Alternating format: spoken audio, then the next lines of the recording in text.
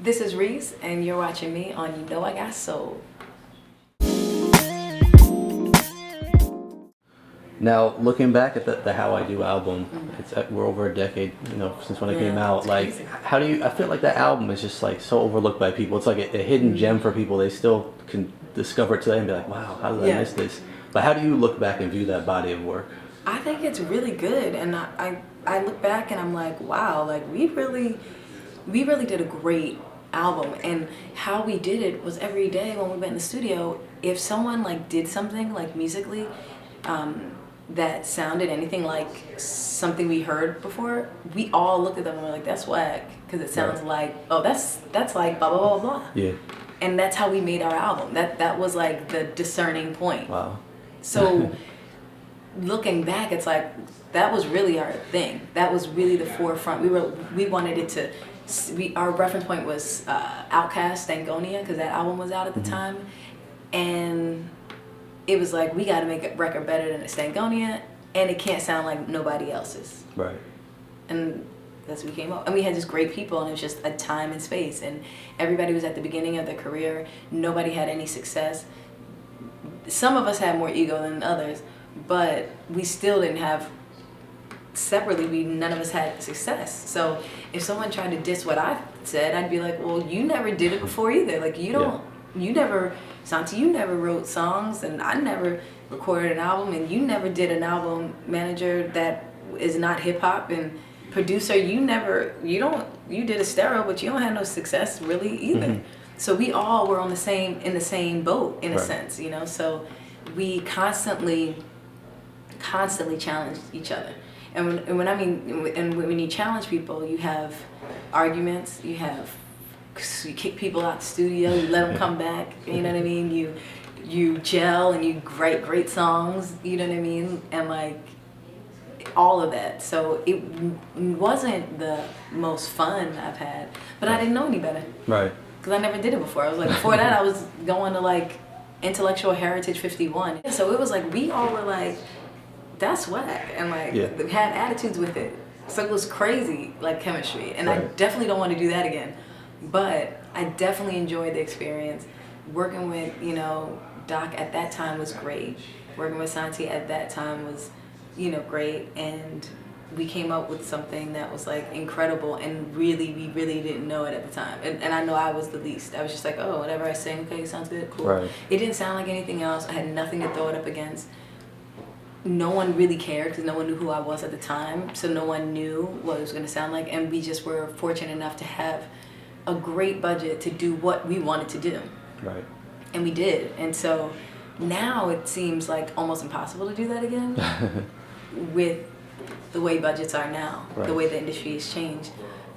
Way less room for error. Like making that first album, like we had days in the studio where we did stuff that didn't make the album or didn't work and now we don't have that time. So it's like very much different for me. So I don't know, I never made an album like this before, the reset under these constraints, but it might make me work harder and make me be more efficient for the next time. Interesting. Final question for you. After MCA disbanded and you weren't able to put out your second album, was it a struggle for you at all to continue your career as an artist? What was that period like for you? Well, actually, what happened was I did an album on MCA, How I Do.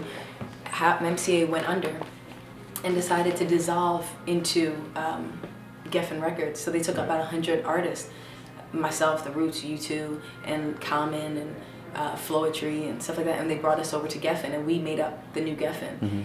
I made the second album there. They then went through, by the time we got there, the 100 of us, they didn't have a president or anything. I went through four different presidents. Jeez.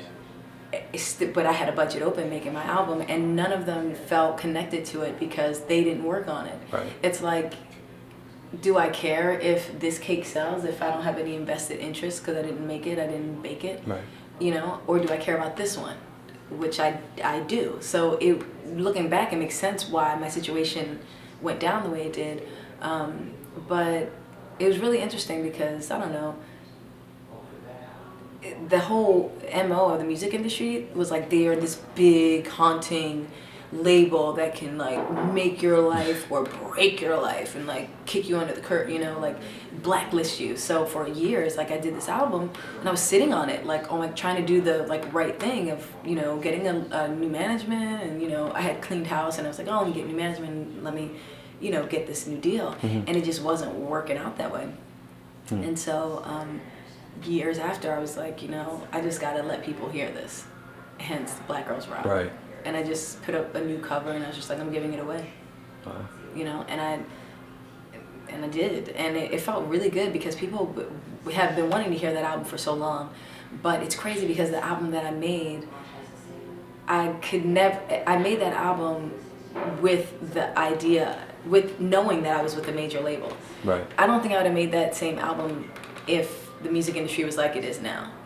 Right. You know, because the type of music it was, it needs to be supported. It needs to be like, you know, put in movies and TV shows, and it's not music that, looking back, it's not. It's just different. I don't know. I made it under different, you know, different things and stuff.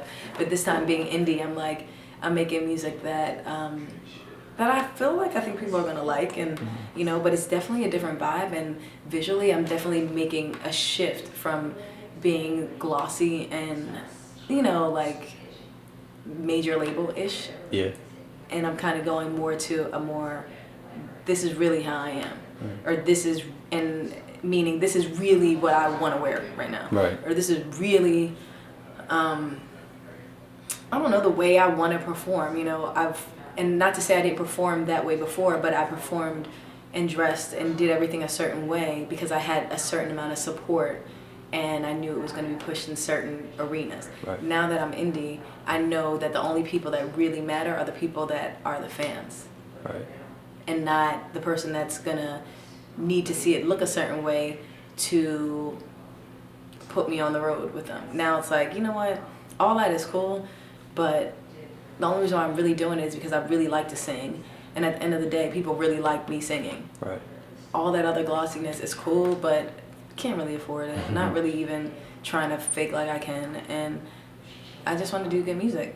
Right. And kind of focus on that and leave a great legacy music wise, and people are just gonna have to, I don't know, get used to that visual shift, you know. Right.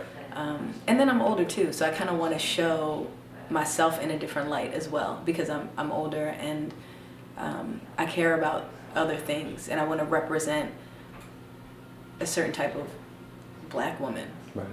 Especially in this era of, you know, all the horrible Basketball Wives TV shows and all that kind of stuff. You know, with even the way certain people that are musicians act when they're doing television. You know, especially Black women. It's like we're kind of like not really looking great, right, you know, anymore. And like, there's still some of us that wanna shine and want to be, you know, want the bad bitch era to be out of here. Right. And going back to like, I got some goddamn sense and I'm talented and that's why you're listening, not because, you know, I've injected something in my ass to look like an animal.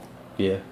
Or a fetish, you know. So I'm kind of like, okay, I think I want to strip things away and kind of just get back to the essence of, you know, a dignified woman. Right. And kind of put that out there. That happens to sing. Yeah, I like that outlook. Yeah, like somebody's got to do it. Like just women in music that are just not like all about like the tight outfit and the body banging and the this and the that. It's like, no, they just come in like how they are. And right. I really respect that and I'm really attracted to that. That's cool. Yeah.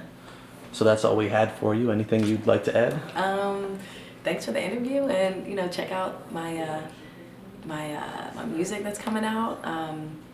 I have a lot of new like random projects. Like I'm just kind of like just doing music and just hooking up with different people and experimenting more with different genres. So I guess I just want to tell you guys to listen, be open-minded, and don't get confused because you're hearing, I don't know, house from me or a rock song or this. Just to know that I don't know, we all like to eat different foods.